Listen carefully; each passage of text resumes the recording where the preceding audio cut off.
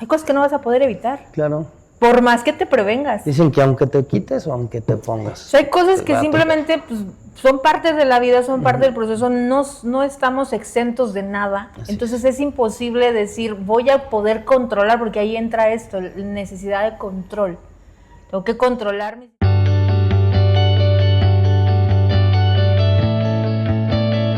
Hola, buenas tardes. Bienvenidos a un capítulo más de Entre Tronados y Profesionales TV. Y hoy seguimos con esta plática con mi buena amiga sobre lo que son los 12 síntomas de la borrachera seca. De la borrachera seca. Sí, y ya llevamos una plática de algunos.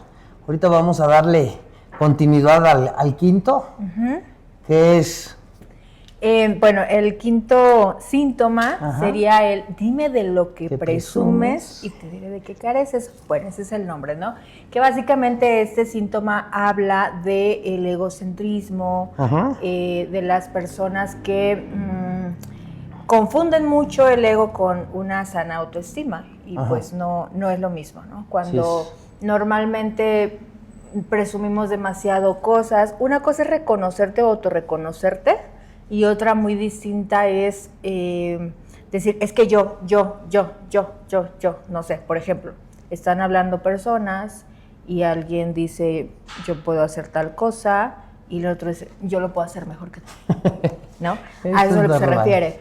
El problema con este tipo de actitudes es que en el fondo la persona en cuestión realmente no se la cree que sea valioso, todos somos valiosos. Pero estas personas no se la creen. Por eso necesitan estar en constante competencia para poder reafirmar o autoafirmar que son valiosos e importantes. En el fondo de esto encontramos un complejo de inferioridad. Muchas veces vemos por la calle a alguien que aparenta transmitir mucha seguridad, pero puede estar esta seguridad vinculada con este ego, con esta estructura, que básicamente es como una forma de proteger, ¿no? Como un caparazón, como una armadura, y que estará protegiendo pues la vulnerabilidad del individuo, ¿no? Les explico que muchas veces es como que a mayor ego, menor autoestima, ¿sí? Entre más se desarrolla esta estructura, pues más vulnerabilidad y más miedo hay en el fondo, ¿sí? Entonces, les doy la siguiente metáfora. Aquí tengo un rico café, ¿sí? Muy rico. Entonces, vamos a imaginar que el café está a la mitad. Entonces, digamos que si estuviera completo, pues no ocuparíamos llenarlo más porque ya está completo, ¿sí? Vamos a suponer que este café representa nuestra autoestima. ¿Sí? Cuando una persona en cuestión pues está a la mitad de la autoestima, es decir, pues hace falta trabajar, ojo que el autoestima se trabaja todos los días, no es solamente una ocasión y ya. Entonces, el ego sería esta estructura sobrecompensatoria. ¿Qué es esto? Bueno, compensar de más, ¿sí? Es decir, no podríamos sobrecompensar algo que ya existe, porque yo necesitaría compensar esto si está lleno, pero si está a la mitad sí ocuparía compensarlo. Entonces, en lugar de llenarlo con más café, que el café en este caso representaría la autoestima, solo es una metáfora, lo lleno con crema batida o lo lleno con mucha espuma. Entonces se va a hacer muy grande e incluso se va hasta derramar, como le pasa a los refrescos. Pero solamente es aire, es hueco, no sé si me explique. Es más o menos como lo que ocurre con el ego, ¿sí? Entonces por eso la persona en cuestión necesita autorreafirmarse constantemente y decir yo soy el que sí puedo, yo soy el único que he logrado, yo, el llamado yoyito, para poderse sentir importante. Vuelvo a insistir, porque, insisto, no se ama a sí mismo o a sí misma. ¿Qué pasa también? Pues que condicionan su amor propio. Por eso básicamente no es amor propio, porque es, si yo gano, sí me aprecio y sí me reconozco, si no, no. ¿Sí? Si yo logro tal cosa, sí me aprecio y sí me reconozco, si no, no. Si yo le gano a fulanito o a fulanita, sí voy a ser importante, si no, no. Si yo tengo tal cuerpo, sí me valoro y sí me amo, pero si no, no. Pues básicamente no es amor propio, porque el amor propio tiene que ver con amarte incondicionalmente. Como sea. Como eres, ¿no? parte del amor propio, que es el autoestima, pues es conocerte a ti mismo, que sería aquí el autoconocimiento. Y encontrar pues tanto nuestros defectos como virtudes. Todos los seres humanos tenemos luz y sombra. No podemos decir que somos un lecho de virtudes solamente, ni podemos decir que somos únicamente un montón de defectos. Tenemos ambas partes. Reconocer ambas partes y reconocer que a pesar de los defectos sigo siendo valioso o valiosa es parte del trabajo con el autoestima, ¿sí? Entonces, esta frase de dime de lo que presumes, te diré de qué careces, es por esto, porque a veces incluso hasta inventamos cosas, el típico de le echa demasiado crema a sus tacos. ¿No? Ajá, como es demasiado lo que yo estoy exagerando de lo que aparentemente soy. E incluso, insisto, hablo de cosas que no hago y que no soy. Por ejemplo, aquel que pregona que es total y completamente feliz cuando en el fondo se siente depresivo o depresiva. Ay, eso está buena porque hay algo que en estos lugares o en los lugares donde uno visita o donde vas, nos dicen, andas como la paleta payaso. ¿Sabes cómo, no? Sí. Con la sonrisa de oreja a oreja y con el palo bien ensartado. Digo, no. Perdón, estoy hablando con una profesional y a veces me sale lo lépero, pero pues es normal en esto. Yo digo, claro. Yo soy alcohólico y soy adicto y te digo lo que escuchamos en estos lugares que viene al empate con esto. No, para darle un poquito de Sí, pues sabor es como parte de, ¿no? De que efectivamente estamos fingiendo algo cuando en realidad pues estás que te lleva, ¿no? No está súper bien. Y te es incluso difícil reconocer que hoy no te sientes bien. Y mencionarlo, porque hasta pena te puede dar, ¿no? Entonces necesitas ponerte la máscara y presumir o pregonar esta parte, ¿no?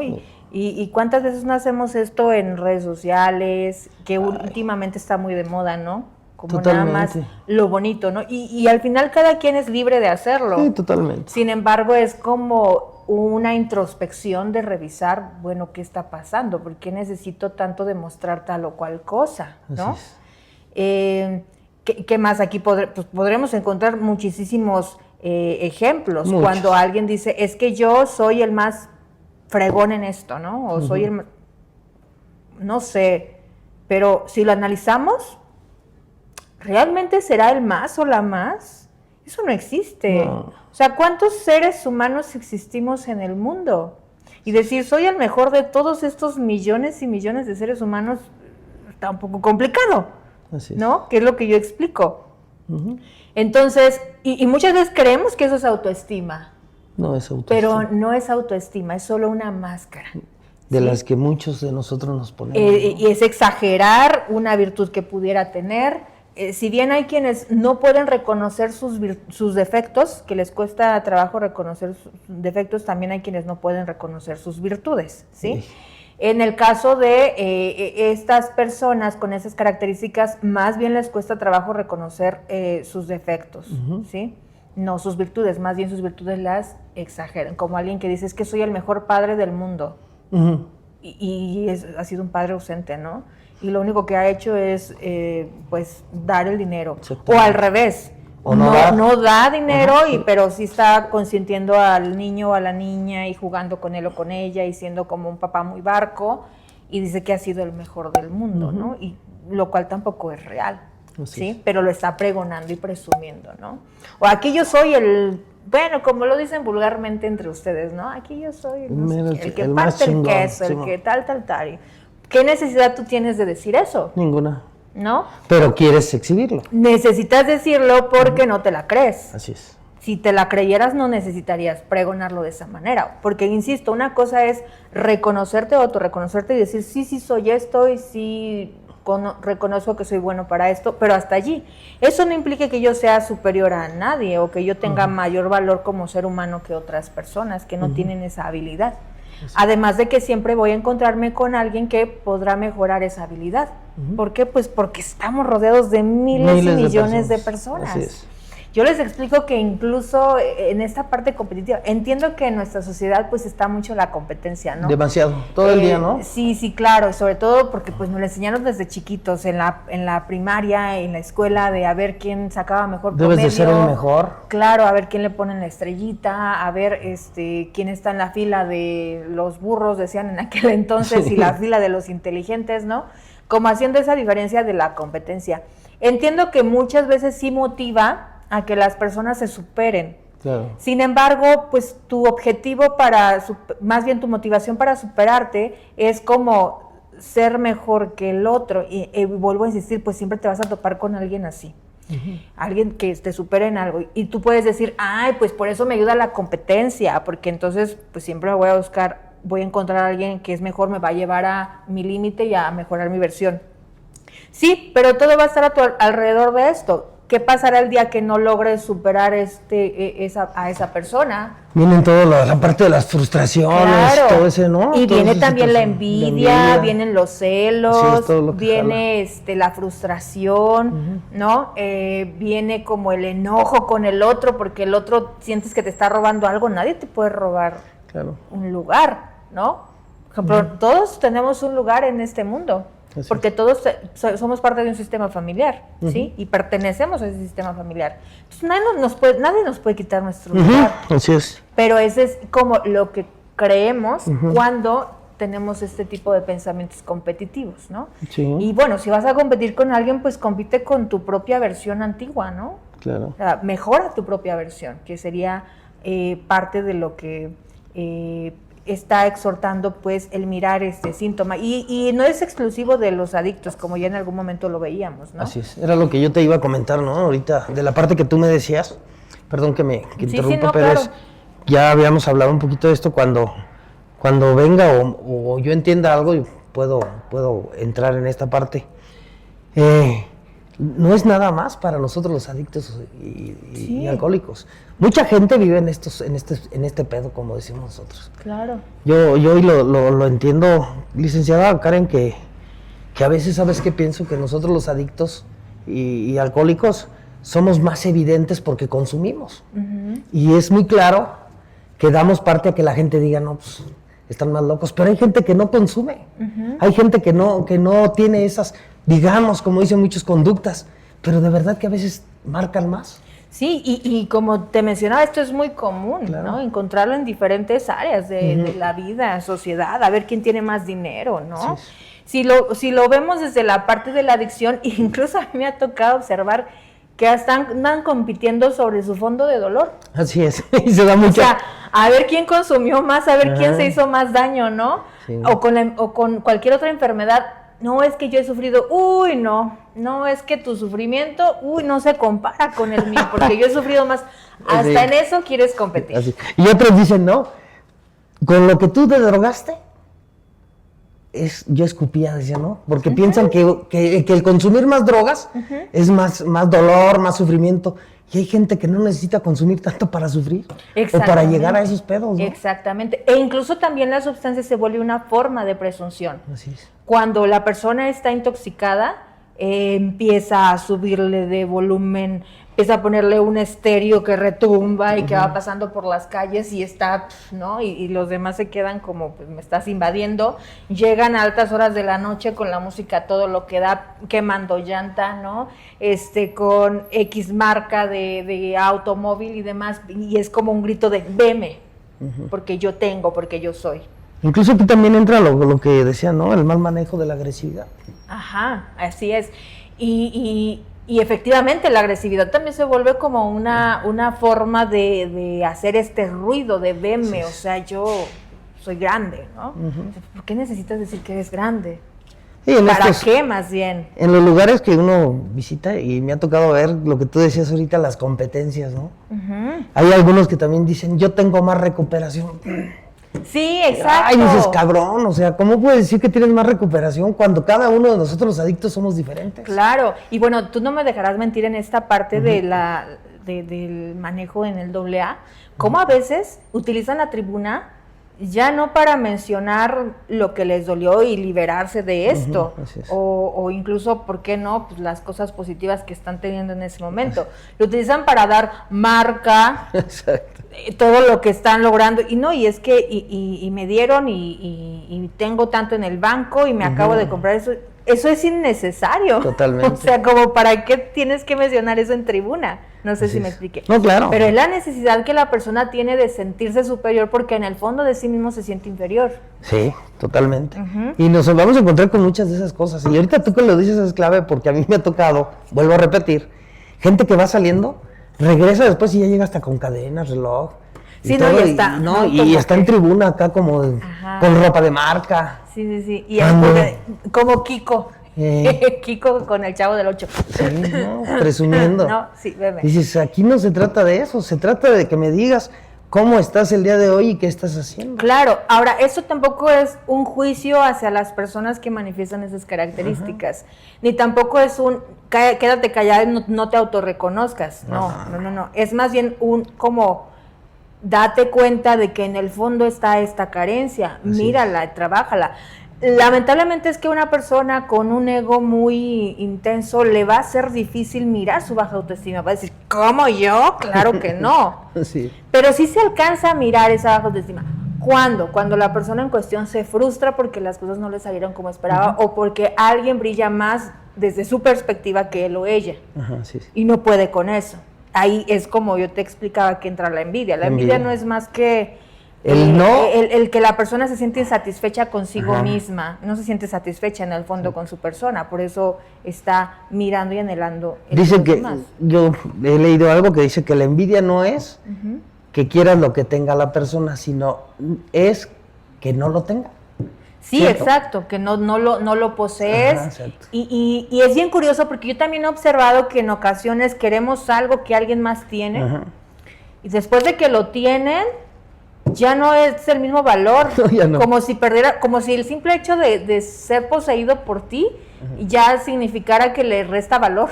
Exacto. Y el ser poseído por alguien más resulta que le da mucho valor. Yo me acuerdo que cuando era niña, mis papás iban a ser padrinos de una niña más o menos de mi edad. Creo que era confirmación o algo parecido, ¿no? Entonces, me acuerdo que me llevaron a comprar el vestido de la niña. No sé si era por la misma complexión que yo tenía, no recuerdo, honestamente, porque yo estaba muy chiquita. Y entonces, pues yo dije, yo también quiero un vestido, porque pues le van a comprar a la niña, yo también quiero un vestido, ¿no? Entonces mis papás me dieron a elegir, ¿no? Porque pues yo estaba allí. ¿Cuál vestido quieres? Entonces yo elegí un vestido, y después ellos eligieron un vestido para la niña. Y yo recuerdo que después dije, creo que me gustó más el de ella. Sí, así era. Y cuando me lo dieron, porque al final sí me lo dieron, después dije, el mío era más bonito. no le gusta nada, ¿no? O sea, en cuanto me di, o sea, es cuando bien curioso, ¿no? Pero cuando era una niña, hasta después lo analicé, que cuando fue parte de mí, ya no tenía valor. Tenía valor únicamente cuando era de la otra persona. Por eso no era en sí el vestido como tal, era el cómo se le veía a la otra o el decir que alguien más le estaba dando ese valor, no sé si me explique. Entonces, pues es muy similar esto de la envidia, ¿no? O sea, en cuanto ya es tuyo, ya no lo sientes como tan importante.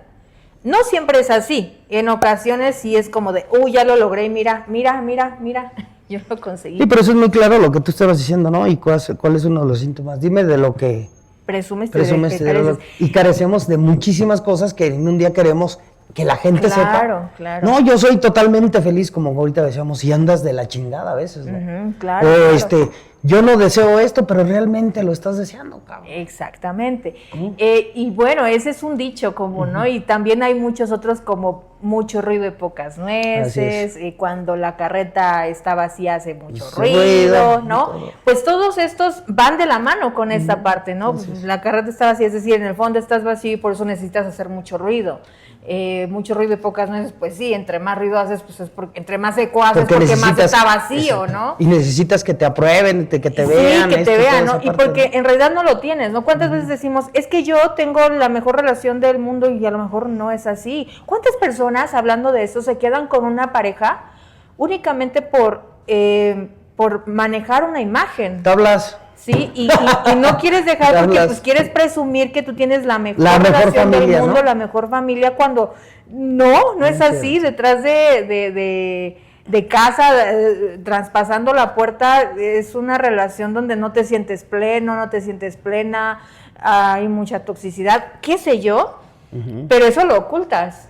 Claro. ¿no? Porque además si lo muestras, la gente te juzga, porque la gente se siente súper perfecta, ¿no? Y en esta parte que tú dices ahora, hablándolo como es nosotros los alcohólicos y drogadictos, en mi caso, hace mucho tiempo, presumía cosas que no hacía. Sí.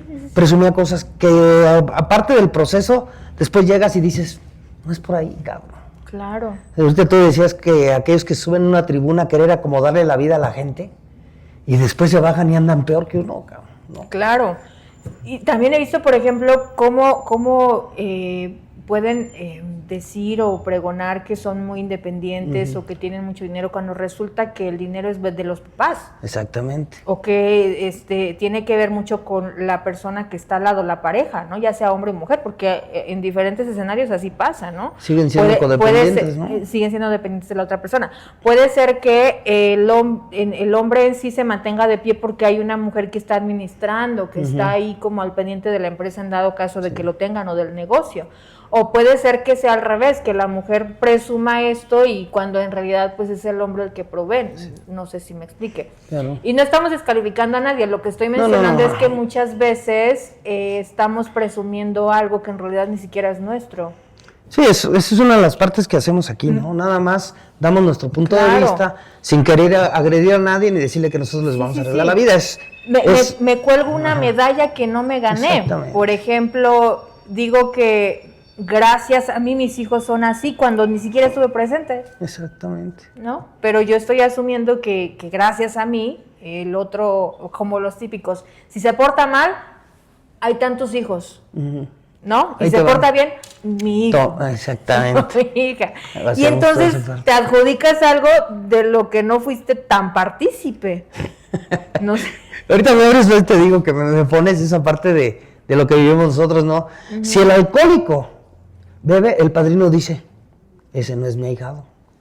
Pero si el ahijado anda más, no, ese es mi ahijado, de los más avanzados, dice. Claro. ¿No? Pero no asumimos la parte que nos corresponde. Exactamente. ¿No? Y aquí, bueno, pues al final de cuentas, por ejemplo, en esto del ahijado, ¿no? Pues son decisiones de los otros. Claro. O sea, no eres tú, es el otro. Claro, en eso yo es lo que a mí me dijo mi padrino. Dice, yo nada más lo único que te digo es te sugiero las cosas.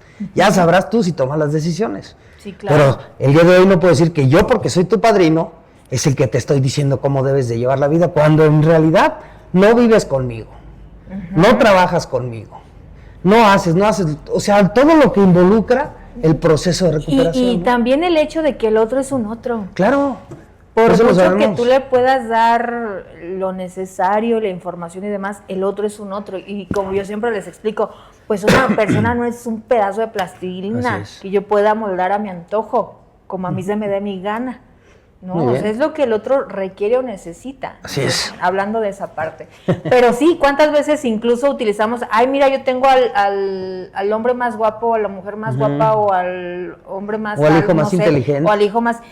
o sea, andamos presumiendo algo que ni somos nosotros, que es el otro, ¿no? O lo clásico, el hijo la caga, es culpa del papá, como decías. El hijo es la mamá, o viceversa. O viceversa, ¿no? Pero, o sea, está mucho ese juego donde... Pues es que si el otro tiene un éxito, es el otro. Claro. El éxito es de él. Pues sí. No, que si yo tengo una pareja guapa, pues es él. O es ella. No sé si me explique. Sí, claro, mira. En toda esta parte de lo que tú me estás o sea, ahí presumen hasta algo que ni es tuyo. Exactamente. ¿No? Volvemos a lo que decías, ¿no? Tengo una casa grande cuando la casa no es ni tuya. Exactamente. Tengo esto cuando no es tuyo. Exactamente. Por eso dicen que en realidad tenemos que hablar de lo que realmente somos. ¿Cuántas veces algunos dicen, pues préstame fulanito el carro para dar una vuelta, ¿no? Y estás presumiendo en un escenario que no es tuyo tampoco. Por querer aparentar lo que no es. Volvemos a lo mismo. Pero bueno, ahora vamos con el otro, que es el miedo al miedo. El miedo al miedo. Bueno, curiosamente, en todo esto que hablábamos de la parte del egocentrismo, pues sí hay un miedo también detrás de esta persona. ¿Cómo es esto? La persona en cuestión tiene miedo a mirar sus debilidades, a verse imperfecto, ¿no? Y bueno, ya que vamos a entrar más en detalle del miedo al miedo, tenemos miedo hasta de sentir, no importa qué sea. Hay personas que tampoco saben manejar la alegría. Podríamos decir que la alegría sería una de las que pues cualquiera quisiera como sintonizar. Pero hay personas que se pierden en su alegría y justamente recaen cuando les dieron una buena noticia. Exacto. Porque no tienen un manejo adecuado de estas emociones, porque tienen miedo a sentir.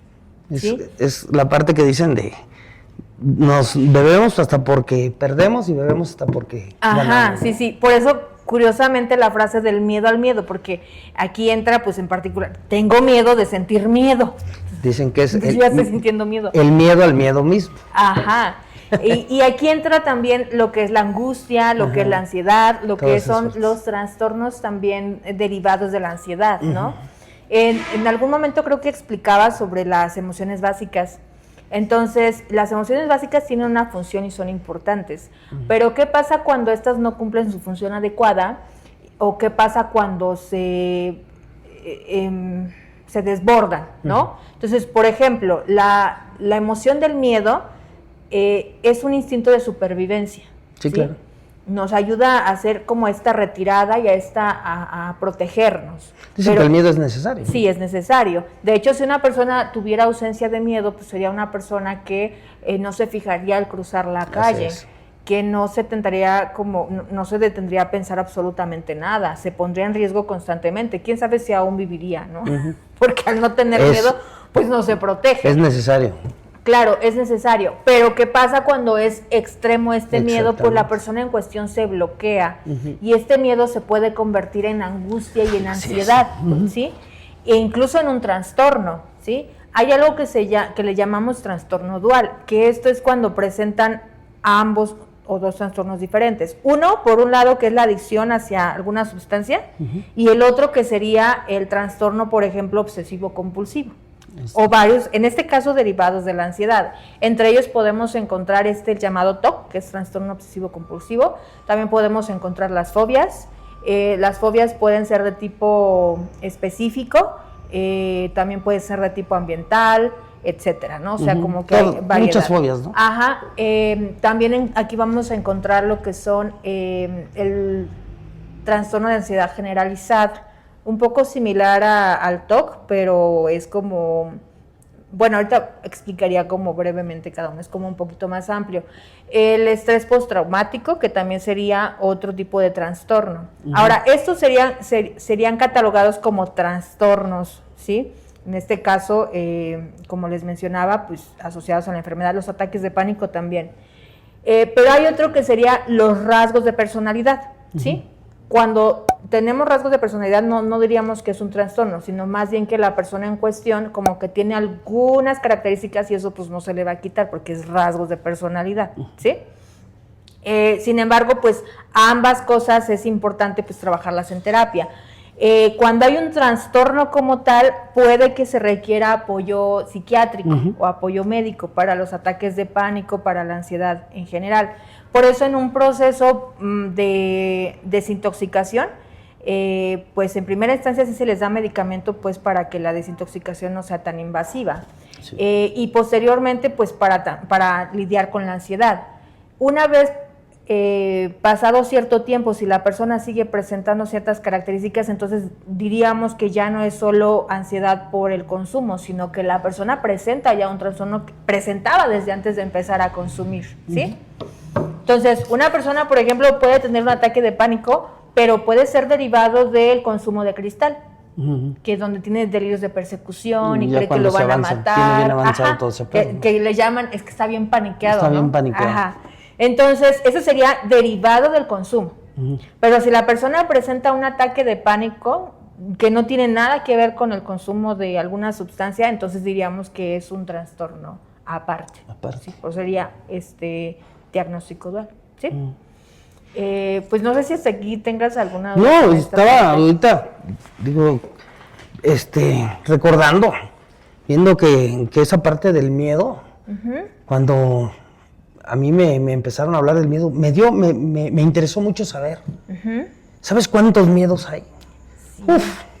Pero lo más importante yo creo que dentro de las adicciones, nosotros debemos identificar. Por eso dicen que el programa es para nosotros. Claro, claro. Y es tan importante identificar esos miedos, los miedos imaginarios, como lo estabas diciendo, los miedos por esto, los miedos por otro, miedo a perder a la familia, miedo a perder a tantas cosas, Sí. que es importante saber cómo abordarlos, ¿no? Claro, porque además hay personas que tienen miedo a sufrir y están sufriendo. Y tú dices, ¿pero cómo? Tienen miedo a quedarse solas, pero viven como si estuvieran solos. Totalmente. Viven con alguien que les hace sentir que están solos, ¿no? Tienen miedo como a dejar el consumo o a dejar su vida vieja por miedo a lo desconocido, cuando al final eso los está hundiendo. ¿Puedo decir que tienen miedo al cambio? Sí, también. Sí, los cambios siempre van a generar pues un cierto grado de incertidumbre, de miedo de qué va a pasar y si no me acomodo y bla, Es bla. por eso, ¿no? Por el qué va a pasar y si no la hago, Ajá, y si esto y si lo otro. miedo a recaer, exactamente. ¿no? Y incluso ha pasado que pues ciertos pacientes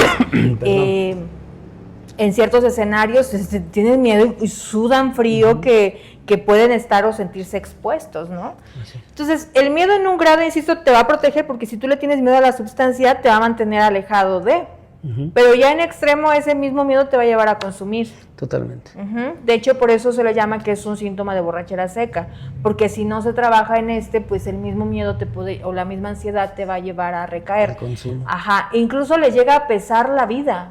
O sea, te llega a poner ansioso la vida, le tienes miedo a vivir, le tienes miedo a la responsabilidad, le tienes miedo a hacer las cosas por ti mismo o por ti misma, tienes miedo a destetarte de alguien, no sé si me explique. Totalmente. Tienes miedo a hacer las cosas por tu propia cuenta, a emprender a abrir las alas, tienes miedo de volar.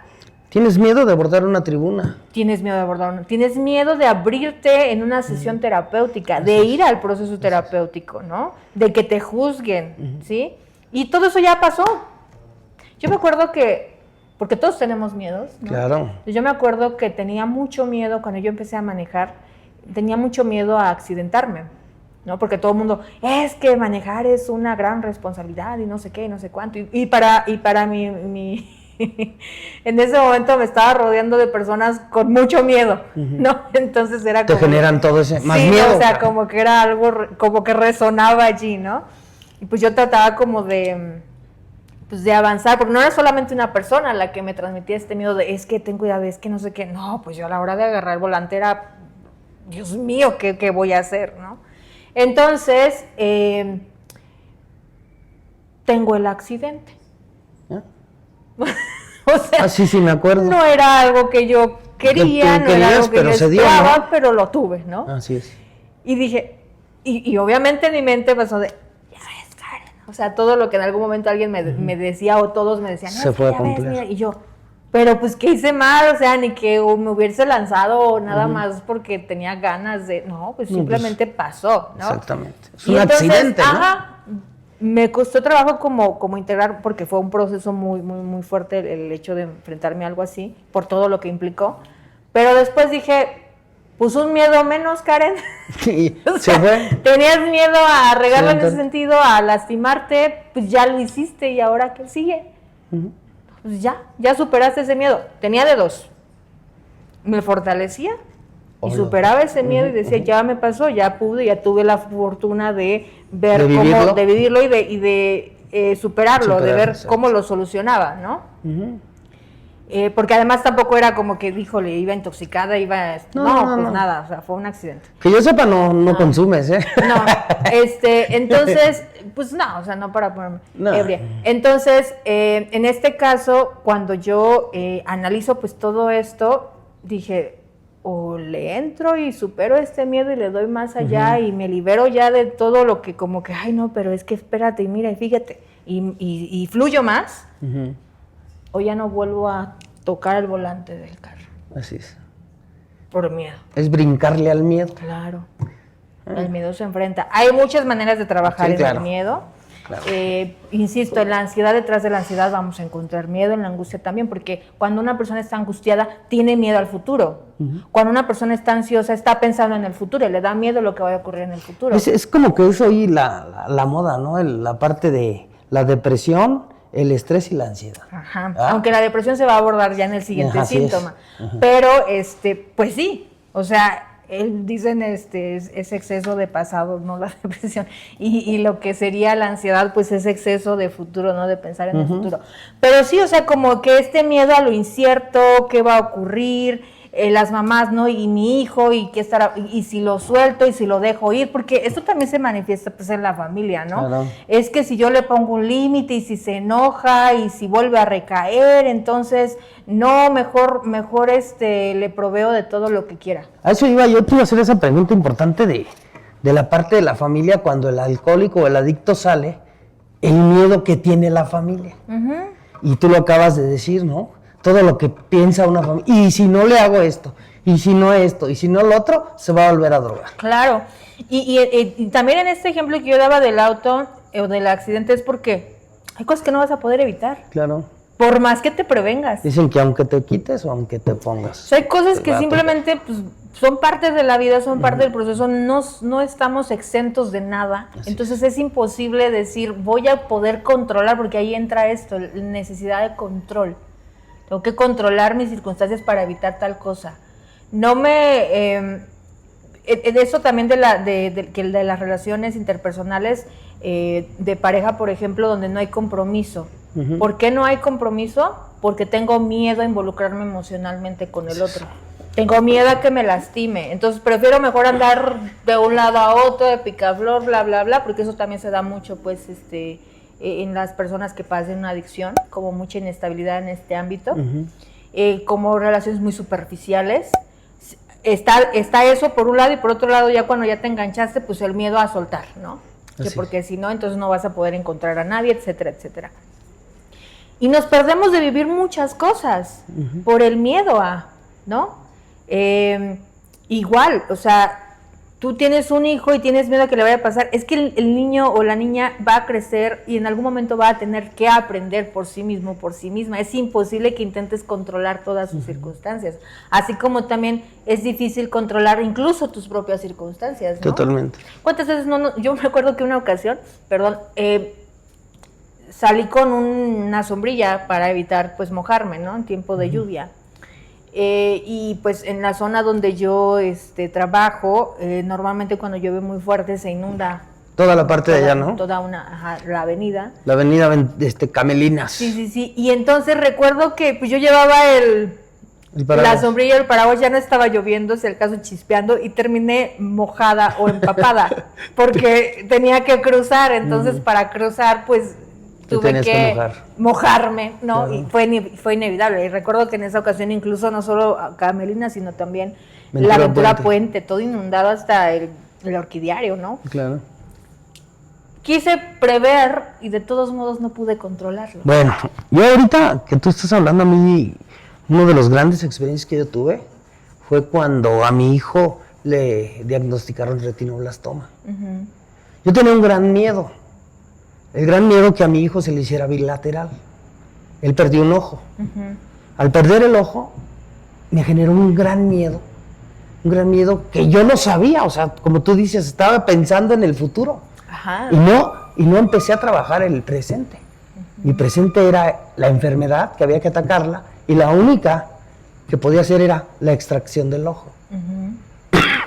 Yo, en ese entonces, hace muchos años, pensé que mi hijo ya, pues no iba a estar bien. Hoy tiene 18 años, es un chiquillo, o un joven ya, que está a punto de realizar, bueno, está estudiando y está haciendo cosas, cuando yo, de verdad, pensaba que no lo iba a poder hacer, y hoy están haciendo muchas cosas. Tuve que enfrentar esa parte, es a lo que me refiero. Exacto. ¿No? También los padres tienen que superar esos miedos de lo que puedan hacer o no sus hijos, porque, insisto, no van a poder controlarles todo, no van a poder lograr que sus hijos siempre sean felices, porque no todo está en sus manos.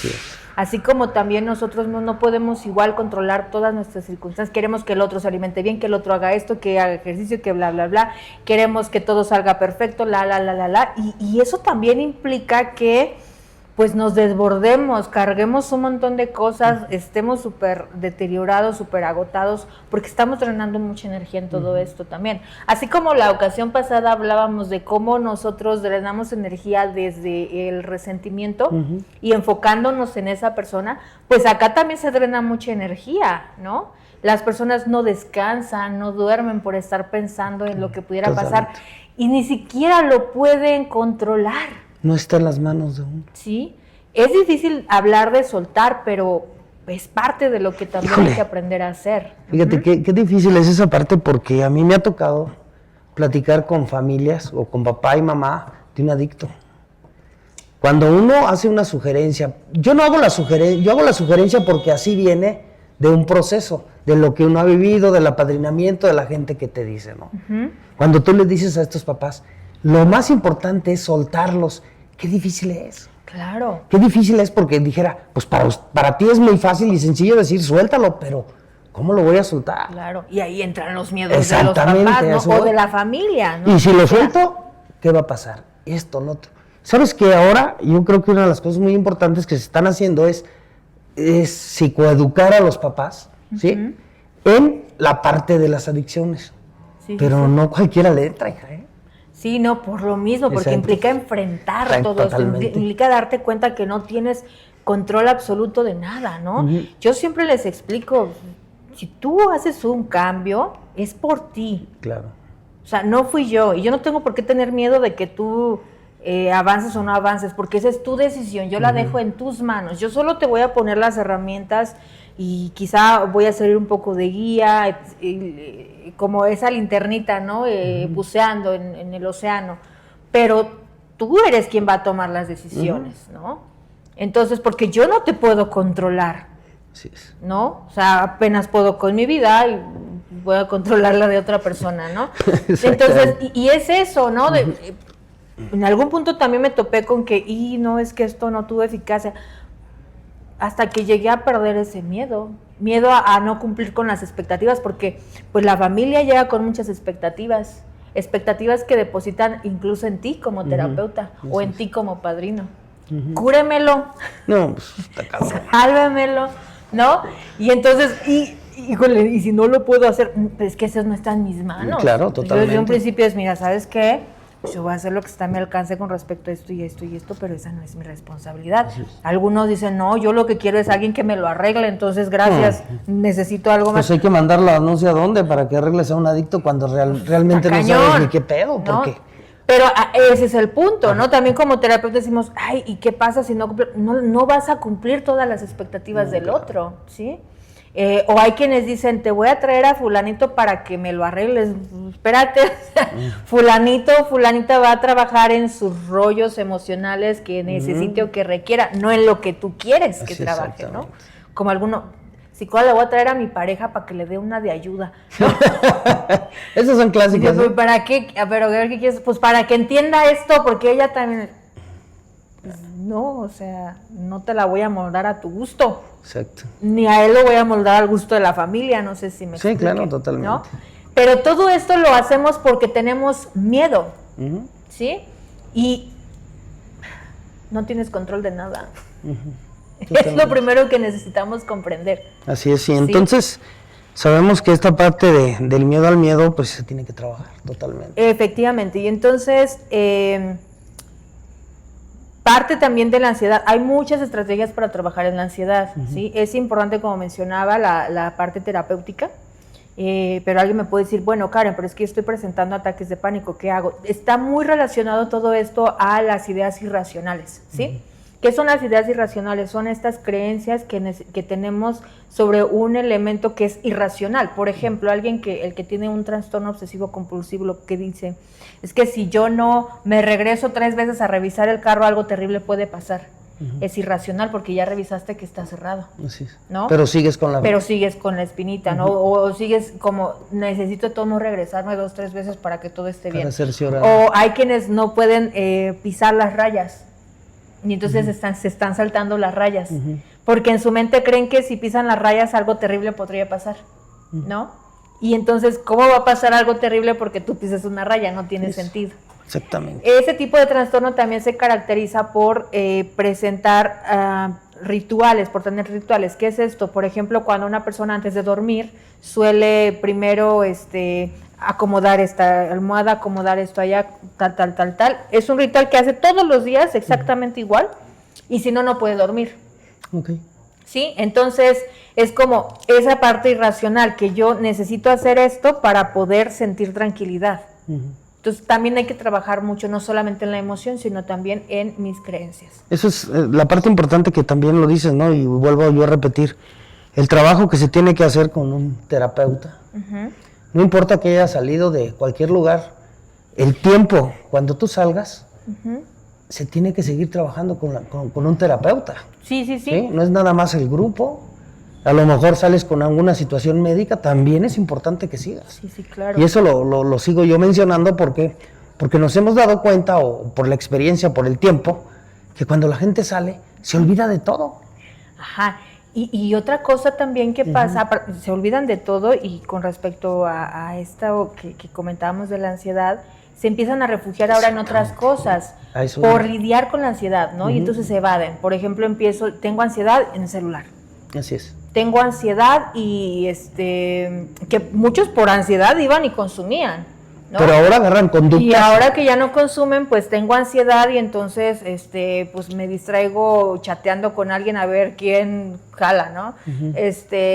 Tengo ansiedad y entonces me estoy jalando el pelo. Jalando el cabello. Tengo ansiedad y empiezo a comer mucho, de más. Tengo hasta atracones. Te sales de una y te vas a otras, ¿no? Ajá, pero... Aunque ya no es a veces en consumo, pero sí son en conductas que te van a generar tarde o temprano, si no estás en un programa, que lo diga, en un programa con una atención terapéutica, con esto y con lo otro, vas a regresar. Sí, así es. Y esto aunque no tengas como un trastorno Así como es. los que yo mencionaba, Sí, claro. vaya. Entonces, por eso hay que atenderla. Hay algunas técnicas que yo les llamo como auxiliares, como ese botón de emergencia, pero que solamente te sirven para sobrellevar. Sin embargo, ya en un proceso ya de terapia más profundo es cuestión de indagar qué hay detrás de la ansiedad. Ahora, también hay una ansiedad generada por lo emocional y por lo mental, y hay otra ansiedad generada por el consumo. ¿Sí? La ansiedad generada por el consumo es lo que llamamos síndrome de abstinencia, porque el cuerpo está sufriendo debido al consumo, ¿sí? Entonces, imagínate, una persona presentaba ansiedad y entonces consumía para aliviar la angustia y la ansiedad, ¿sí? Y después viene el efecto rebote, que es el síndrome de abstinencia. En el síndrome de abstinencia ya no es este nivel de ansiedad, ya es lo doble o lo triple de ansiedad. Por lo tanto, van a seguir buscando consumir o la fuga favorita para mitigar otra vez esta ansiedad, y después vuelven a sentir el pico primero como que el alivio y otra vez el pico de ansiedad, y entonces es un círculo vicioso, ¿sí? Donde es importante romper con él. Por eso muchas personas, cuando ya está muy avanzada la adicción, no pueden dejar de consumir para no lidiar con lo que es la ansiedad y el síndrome de abstinencia. Sí. Porque es algo terrible. Terrible, ¿no? total. Ese tipo de ansiedad que ya es más por el consumo, por todo lo que ocasionó a nivel neuronal y físico la sustancia o la droga, es importante atenderla desde lo médico, ¿sí? Sí, claro. Con el medicamento.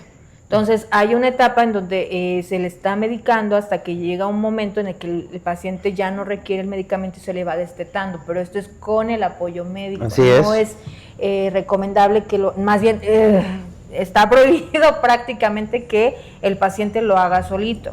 Luego empieza a agarrar las clonazepam, que no, pues es que no puedo dormir, Sí. y entonces las Se autorreceta, ¿no? Se autorrecetas. Porque también genera un placer. Claro, y ya al rato ya eres adicto a las clonazepam. En eso, digo, yo siempre me meto en la parte de lo que he vivido.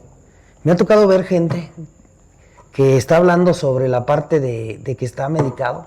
Y hay algunas personas que se suben y le dicen, déjalas. Y yo les digo, oye, ¿eres médico? No. No, pero es que tiene otra... A ver, espérame.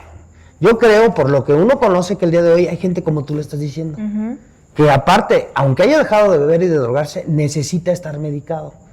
Pero a través de la vigilancia de una persona profesional. Y especialista en adicciones. Exacto, pues especialista porque debe saber que esta persona ya sabe lo que tiene que hacer.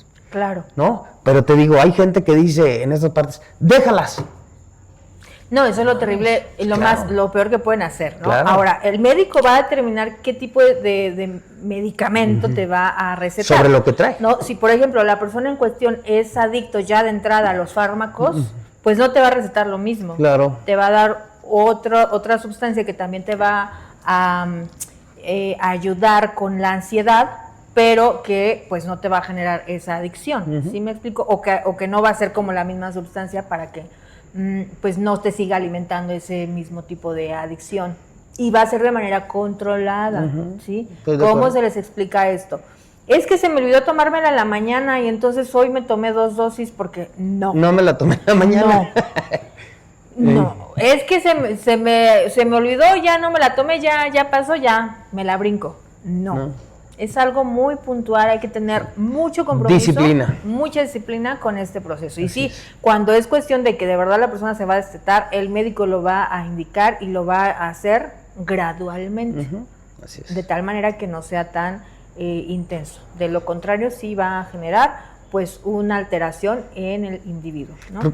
Bueno, por lo que decías, ¿no? Y sabemos qué tanto es la persona adicta al alcohol y a las drogas, es bipolar, por lo que tú lo decías.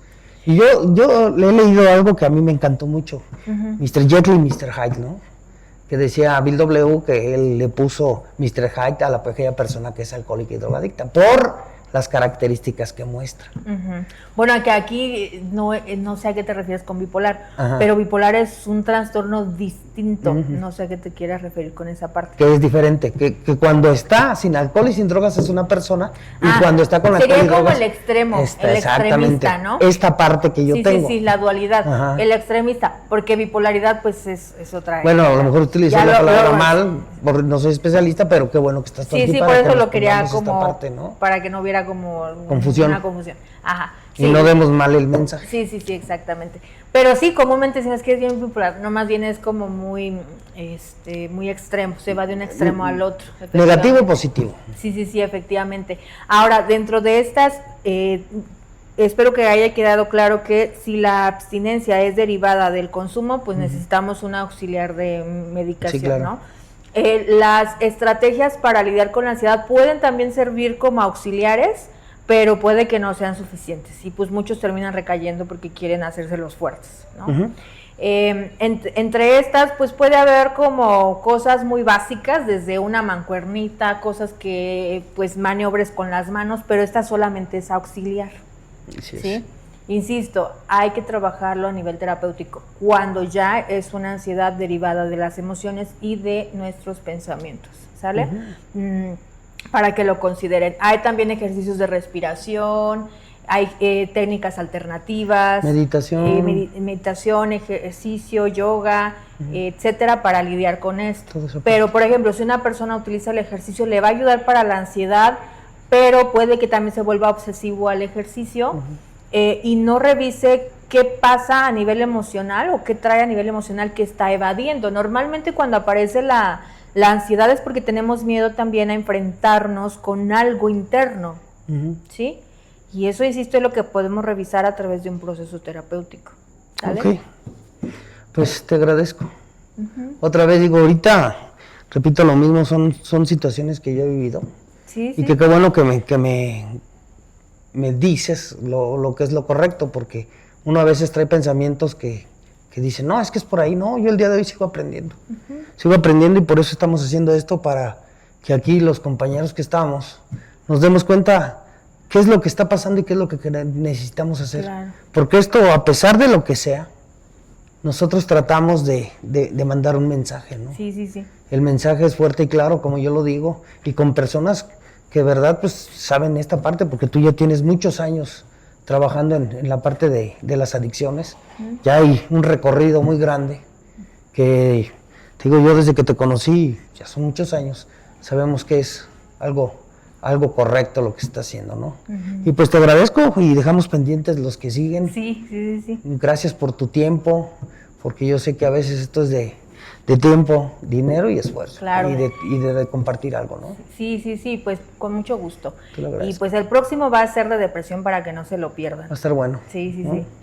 Ok, pues yo agradezco, digo ya para terminar con las palabras de siempre, que es con el uso y el abuso de las drogas, no hay final feliz, pinche tronado. Buenas noches.